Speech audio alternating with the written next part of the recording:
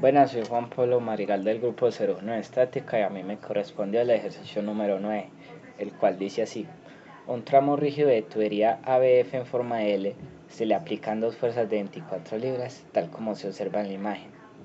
Para su sostenimiento, este está conectado con tres cables y un apoyo de rótula en el punto A. Si el sistema se encuentra en equilibrio estático, determina: primero, el momento generado por la tensión DH con respecto al punto A. Segundo, la tensión en el cable GB. Tercero, las componentes de la fuerza de reacción en A. Cuarto, ¿qué implicaría el que aumentase la magnitud de las fuerzas aplicadas en los puntos C y E? Bueno, primero que todo, las expresiones que estaré utilizando a lo largo de la resolución de este ejercicio. Primero, que la fuerza por su vector director da la fuerza en cada uno de los componentes. Segundo, que la magnitud del momento es igual a la sumatoria de los momentos en cada eje al cuadrado raíz cuadrada.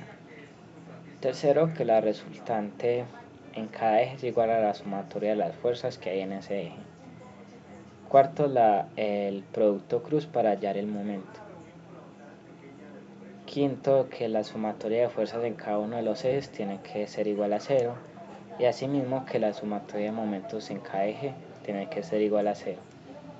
Aquí una pequeña aclaración, que es que para hallar el momento también se puede utilizar la matriz aumentada, pero yo personalmente me gusta utilizar más la matriz normal, y esta es la que voy a estar utilizando en la resolución de este ejercicio. Bueno, entonces pasamos a plantear nuestro diagrama del cuerpo libre. Ubicamos las dos fuerzas de 24 que nos dieron explícitamente, la tensión entre DH, entre F y J y entre B y G, y las reacciones en el punto A. Ahora bien, ¿por qué estas reacciones? Porque como el ejercicio nos dice que hay un apoyo de rótula, este apoyo permite en cierta manera que esto gire, pero no que se traslade, por eso debe haber reacciones que impidan ese movimiento. Entonces, para completar nuestro diagrama de cuerpo libre, ubicamos las respectivas distancias. Bueno, ahora ya para empezar a resolver todo esto, primero que nada hallamos los vectores directores de cada una de las tensiones. Y como podemos ver, la tensión entre B y G está en el plano XZ, por lo tanto no va a tener componente en Y. La tensión de H está en el plano XY, por lo tanto no va a tener componente en Z, al igual que FJ, que está en el plano XY. Bueno, entonces ya teniendo el vector director, planteamos un momento en el punto A. Y ahora bien, ¿por qué en el punto A? Porque es el punto donde hay más incógnitas. Entonces, al ubicar el momento ahí, estaríamos cancelando por un momento estas fuerzas y nuestra ecuación quedaría más simplificada. Entonces pasamos a plantear las matrices con las distancias de cada una de las tensiones con respecto a A y las componentes en cada uno de los ejes donde tendrían, y estas dos de aquí abajo serían las fuerzas que nos dan explícitamente, que son de 24, y todo esto nos tiene que dar igual a 0.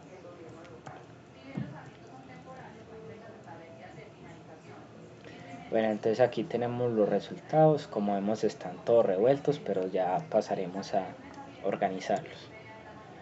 Entonces, cogemos de la diapositiva que acabo de mostrar, cogemos todos los que estén en X, pues en su defecto en Y, que sería 64 veces la tensión entre DH dividido 5, más 128 la tensión entre F y J dividido 5, y menos 192 en Y y menos 576 en Y, que estos son los momentos de las fuerzas que nos dieron. En la sumatoria de momentos en Y nos da menos 36 veces la tensión entre B y G dividido 5, más 48 veces la tensión DH dividido 5, y 96 veces la tensión entre F y J dividido 5.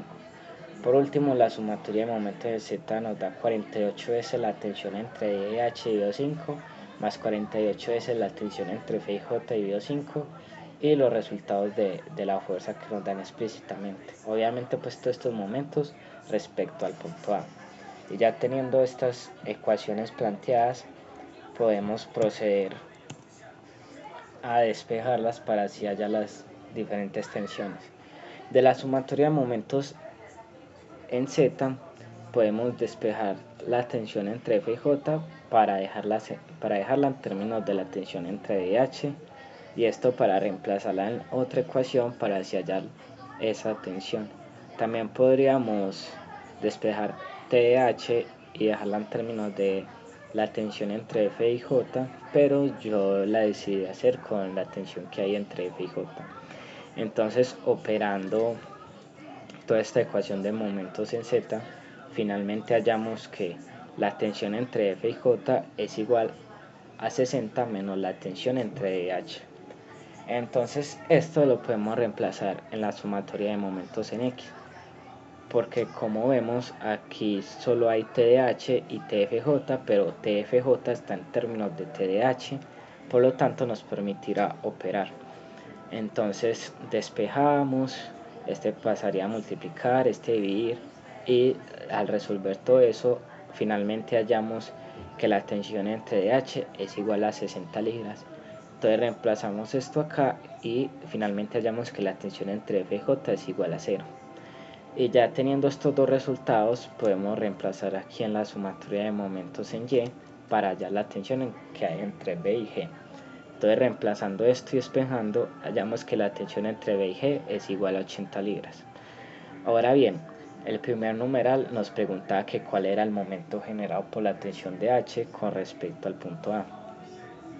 Entonces solo reemplazamos este 60 aquí en estas expresiones que tenemos en cada uno de los ejes, y como vemos TDH va a tener componentes de momento en cada uno de los ejes. Entonces reemplazando y operando hallamos que el momento de DH con respecto al punto A en I es 768, en J es 566 y en K es 576. Entonces para hallar la magnitud los elevamos cada uno de estos al cuadrado y le sacamos la raíz cuadrada, y finalmente hallamos que el momento generado por DH respecto al punto A es igual a 1119.54 libras por pulgadas. Y el numeral 2 nos pregunta por la tensión que hay entre B y G, y como lo hallamos aquí es igual a 80 libras. Entonces así damos respuestas a los numerales 1 y 2. Entonces para hallar las reacciones en el punto A planteamos la sumatoria de fuerzas en cada uno de los ejes igual a 0, y operando con los resultados que hallamos obtenemos que la reacción de A en X es igual a 100 libras, que la reacción de A en Y no hay, y que la reacción de A en el eje Z es igual a menos 48 libras. ¿Y esto qué significa? Que esta reacción va en dirección contraria a como la tomamos. Nosotros la tomamos en la dirección positiva del eje Z, pero iría en la dirección negativa. ¿Y qué significa que esto en Y de igual a 0? Es que para que el sistema se siga manteniendo en equilibrio no debe haber reacción en Y, porque estas dos fuerzas se neutralizan entre sí. Entonces ahora, para finalizar todo esto, nos preguntan qué implicaría el que aumentase la magnitud de las fuerzas aplicadas en los puntos C y E. Pues viéndolo de una manera general, lo que implicaría es que todas las tensiones y la reacción en el punto A aumentaran, porque se necesitaría más tensiones y más reacciones para que el sistema se siguiera manteniendo en equilibrio. Pero pues vamos a demostrarlo con un pequeño ejemplo. Entonces estas fuerzas de 24 las aumenté yo el doble, entonces es la misma, pues operamos igualmente todo, y finalmente obtenemos que la tensión entre H es igual a 120 libras, que es el doble de lo que nos había dado. La tensión entre B y G es 160 libras, que igualmente es el doble de lo que nos había dado. Y la tensión entre B y J se sigue manteniendo en 0. Y entonces hacemos lo mismo para las reacciones, planteamos las ecuaciones con los resultados que obtenemos y obtenemos que la reacción de A en X es 200 libras, que es el doble. La reacción entre A y Y se sigue manteniendo en cero, y la reacción de A en Z es igual a menos 96, que es el doble de 48, de lo que nos había dado. Entonces podemos concluir que si aumentamos las fuerzas, todas las tensiones y las reacciones se aumentarán en ese mismo factor. Entonces si aumentamos estas fuerzas en 3, todas las tensiones y las reacciones aumentarán en 3, y en 2.5 en 2.5 y así. Entonces lo que implicaría es que las fuerzas de todo el sistema aumentasen, y pues obviamente las que estén en cero se siguen manteniendo en cero y así.